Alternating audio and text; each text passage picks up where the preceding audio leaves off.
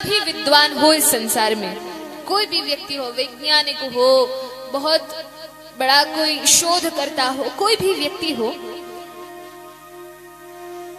किसी एक विषय का हो सकता है कि उसको ज्ञान हो, लेकिन क्या कोई ऐसा व्यक्ति है संसार में जिसको सभी विषयों का सारा ज्ञान हो, जिसको यह भी पता हो कि आपके हृदय में क्या चल रहा है, मेरे हृदय में क्या चल रहा है, कोई व्यक्ति क्या सोच रहा है, पहले क्या क्या हो गया है, आगे क्या क्या होने वाला है, तो सब कुछ का ज्ञान जिस व्यक्ति को हो, वो चिद रूप केवल भगवान कृष्ण है, वो भगवान है।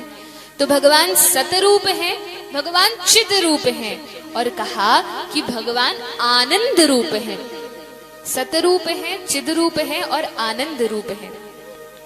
हम सभी जीव जब से संसार में आए हैं, हमेशा से यहाँ नहीं थे। कोई 10 साल पहले, कोई 20 साल पहले, कोई 50 साल पहले, कोई 70 साल पहले संसार में आया है। तो हम सभी जब से संसार में आए हैं तब से दुखी हैं। अब तो कह सकते हैं हम तो मजे में, भैया हमें क्यों दुखी बना रहे हो, हमें तो कोई कष्ट नहीं है। लेकिन शास्त्र में वर्णन है, और शास्त्र कभी झूठ नहीं बोलते। शास्त्र में लिखा है कि 3 प्रकार के ताप हैं जो हर एक व्यक्ति को, जिसने भी इस ब्रह्मांड में, इस संसार में जन्म लिया है, हर एक व्यक्ति को वो 3 ताप तो सहने पड़ेंगे। कौन कौन से ताप हैं?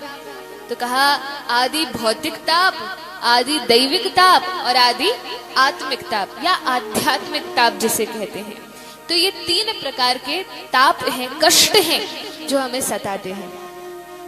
आदि भौतिक ताप वे ताप होते हैं जो किसी अन्य व्यक्ति द्वारा, अन्य जीव द्वारा, चाहे कोई हमारा रिश्तेदार हो, मित्र हो, संबंधी हो, कोई भी व्यक्ति हो, जिसके कारण हमें कोई दुख मिल रहा हो, वह आदि भौतिक ताप है। अब वो कोई जीव भी हो सकता है, किसी पशु पक्षी ने काट लिया, कुछ हो गया, इस प्रकार के जो भी ताप हैं जो अन्य जीवों से हमें मिल रहे हैं, वो आदि भौतिक ताप की श्रेणी में आते हैं। फिर दूसरे प्रकार के ताप हैं आदि दैविक ताप, जिनका कोई उपाय नहीं है।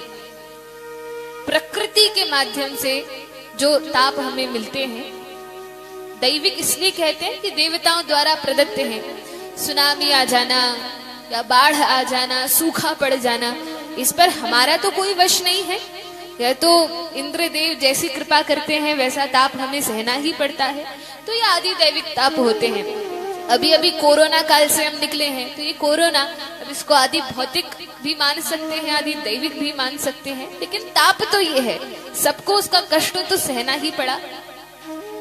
फिर आध्यात्मिक ताप, जो ताप हमारे अंतःकरण से, हमारे मन से उठते हैं, क्लेश होना या टेंशन होना, स्ट्रेस होना, आजकल तो ये आध्यात्मिक ताप बहुत बढ़े हुए हैं, तो ये आध्यात्मिक ताप की श्रेणी में आते हैं। तो 3 प्रकार के ताप हैं, यह तो हर एक व्यक्ति को, हर एक मनुष्य को सहना ही पड़ता है।